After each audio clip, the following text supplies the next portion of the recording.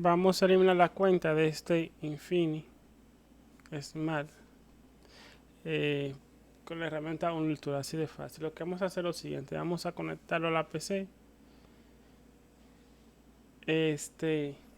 Vamos a conectarlo a Wi-Fi y vamos a darle a siguiente. Lo conectamos a una red Wi-Fi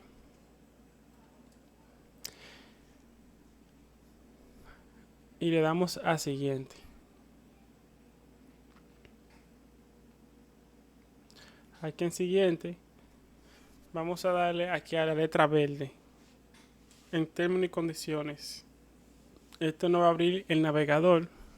Una vez estemos en el navegador Chrome, vamos a elegir cualquier número de teléfono, o sea, cualquier parte para llamar, que nos salga el número de teléfono. En este caso, yo buscaba Google, YouTube para darle a llamada, pero luego me recordé y podemos hacerlo por mapa.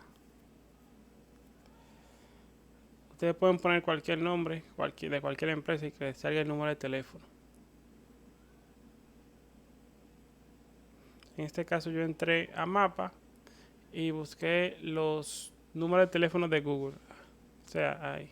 Le di a llamar. Lo importante es que que se abra el teclado de llamada. Marcamos asterisco número 85 número. Y ahora con la herramienta, en este caso usé la herramienta de desbloqueo Uniltool, pero pueden usar cualquiera que tengan eso. Y como pueden observar, tenemos el ADB activo así y simplemente le damos eliminar FRP de manera genérica. Aceptamos la depuración y listo.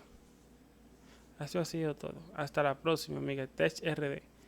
Síguenos, suscríbete, dale like, comenta de dónde nos ve. Hasta la próxima, en el nuevo video.